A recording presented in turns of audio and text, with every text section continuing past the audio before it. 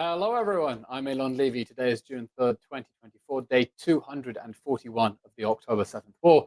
This is the daily briefing of the Israeli Citizen Spokesperson's office. We're live on all social media platforms, and I invite you to start sending questions. We'll answer them at the end. Today, the IDF announced that Dolev Yehud, who was assumed to be a hostage in Gaza, was murdered on October 7th and not taken hostage at all. Dolev Yehud is a hero of Israel. He was a paramedic. On the morning of October 7th, Yehud left his house in kibbutz near Oz to try to save lives. He was murdered by Hamas. He left behind a pregnant wife, a wife who has now given birth to a baby who will never meet its dad. Dolev's body was found in Nir Oz, but it was not possible until now to identify the body.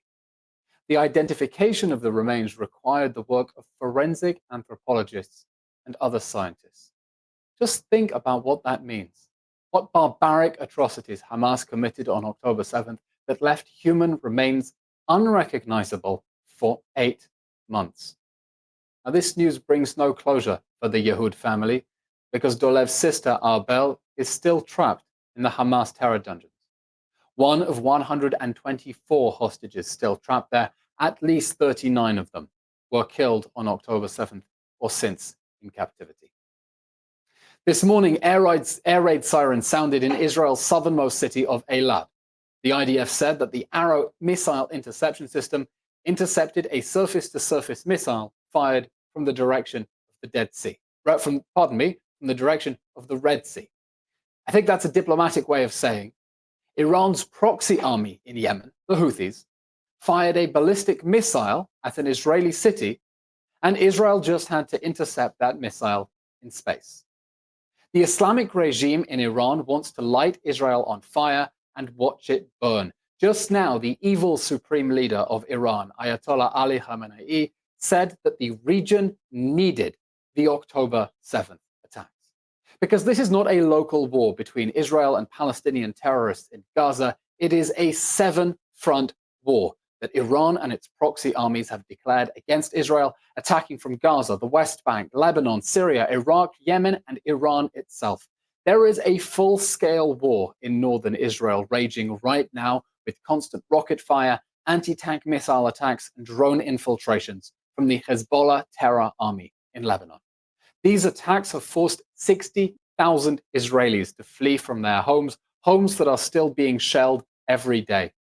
The October 7th war that started with a Hamas invasion quickly became the October 8th regional war when Hezbollah in Lebanon attacked Israel. Everyone needs to understand what Hezbollah is. Hezbollah is a powerful Lebanese militia, stronger than most armies in the world, and it is financed, trained, and armed by Iran. Hezbollah is also a political party. The name Hezbollah literally means party of God. Hezbollah is part of the Lebanese government. Hezbollah is an Iranian proxy on Israel's border. And Hezbollah's goal, just like Hamas, is the destruction of Israel. On October 8th, Hezbollah chose to join Hamas's war. And nearly every day since October 8th, Hezbollah has fired rockets and anti-tank missiles at Israeli homes and sent drones into Israeli airspace. Northern Israel is a war zone. Businesses are shut. Homes are abandoned. Fires are raging. Just yesterday, a barrage of 10 rockets fired from Lebanon struck the city of Katsrin in the Golan Heights. A massive fire broke out. This is the new normal. Hezbollah terrorists wake up in the morning, set up their anti-tank missiles, and shoot them at Israeli houses. Countless Israeli houses have been destroyed by Hezbollah's anti-tank missiles. And that threat is not confined to the border. Hezbollah's attacks are going deeper and deeper into Israel. Just the other day, sirens went off in the city of Akko, just north of Israel's major port city of Haifa. The IDF said a suspicious aerial target was intercepted over the city. We're talking about an Iranian drone launched by Hezbollah. Think about the military capabilities that Hamas has demonstrated since October 7th. Hezbollah's capabilities are greater. The threat from Hezbollah is greater. And you know what's interesting? None of the people screaming for a ceasefire in Gaza to save Hamas's skin are screaming at Hezbollah to stop attacking Israel. But it must. Hezbollah must back off, or Israel is going to be forced to make it back away. We'll take some questions now. This question came through right now on our Instagram Live. What's the difference between the fighting from Lebanon now and a declared war? The situation in Lebanon now is, for all intents and purposes, a fully fledged war. One hasn't been declared, but that's the situation. It's not a low-grade war. It's not a drip of rockets. It is constant barrages of dozens of rockets at northern Israel. The whole northern border has been cleared of civilians who've been forced to flee their homes. We're having daily retaliations by the IDF and by the Israeli Air Force, also deeper and deeper into Lebanon to try to degrade Hezbollah's activities and to try to force it to back away. Now, for now, the two sides have been playing an uneasy tango within certain unwritten rules of the game. Hezbollah has contained most of its attacks to a certain distance from the border. It hasn't unleashed its full capabilities. It has 150,000 rockets. Anyone who's watched the State of a Nation podcast will remember Colonel Mary Eisen telling us that Hezbollah has the 8th largest missile stockpile in the world, and it's not even a sovereign state. And if it chooses to unleash hell, it can rain over 1,000 rockets on Israel every single day. And if the Iron Dome system intercepts 95% of them, we're still talking about 50 massive precision-guided half-ton missiles that can get through every single day. That is what an all-out war would mean. But for all intents and purposes, now there is a full-scale war raging with Hezbollah. It's not getting attention from the media. It's not getting attention from world leaders. It's definitely not getting attention from the Campus Tentifada. But we need world leaders to demand that Hezbollah stop and put pressure on it to back away from the border in line with UN Security Council resolutions. I'll remind you, Resolution 1701 from 2006, which ended the Second Lebanon War, forced Hezbollah north of the Litani River, but it's not there. It's right on Israel's border. And it needs to back off, or Israel's going to have to use much more force to make it back away.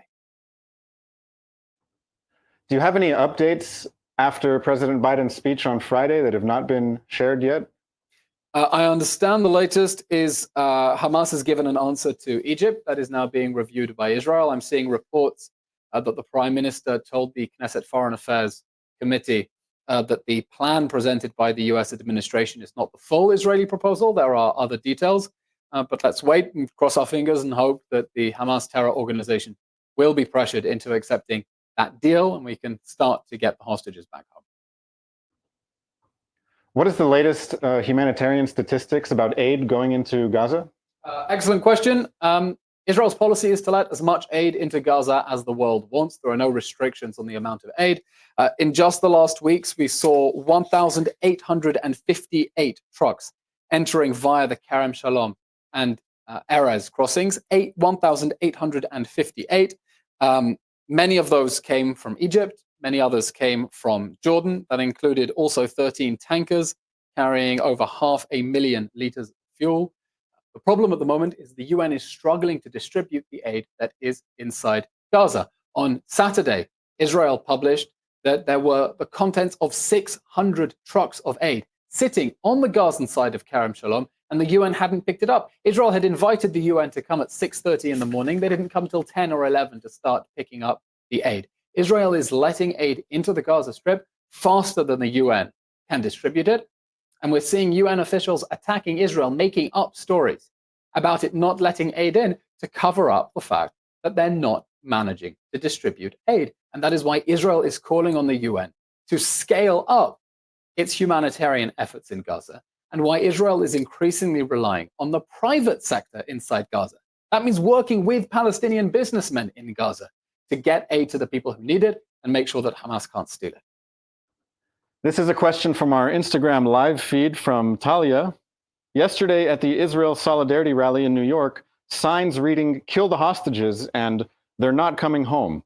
How did America get to this point, and what could be done to prevent this from happening? Yeah, really horrific. The basic lack of humanity that we're seeing from the pro-Hamas protesters. Not surprising given they're protesting for the inhumane Hamas terror organization. I think the answer is that when you have an ideology that tells you that the victim is always right, and you don't want to accept that Israel might be right and Israel might have a point, you have to deny that Israelis are victims. And in order to deny that Israelis are victims, you have to deny that they're human. And that's why you see people all around the world tearing down posters of the hostages, because it conflicts with their basic worldview that the victim is always right and that Israel must be wrong.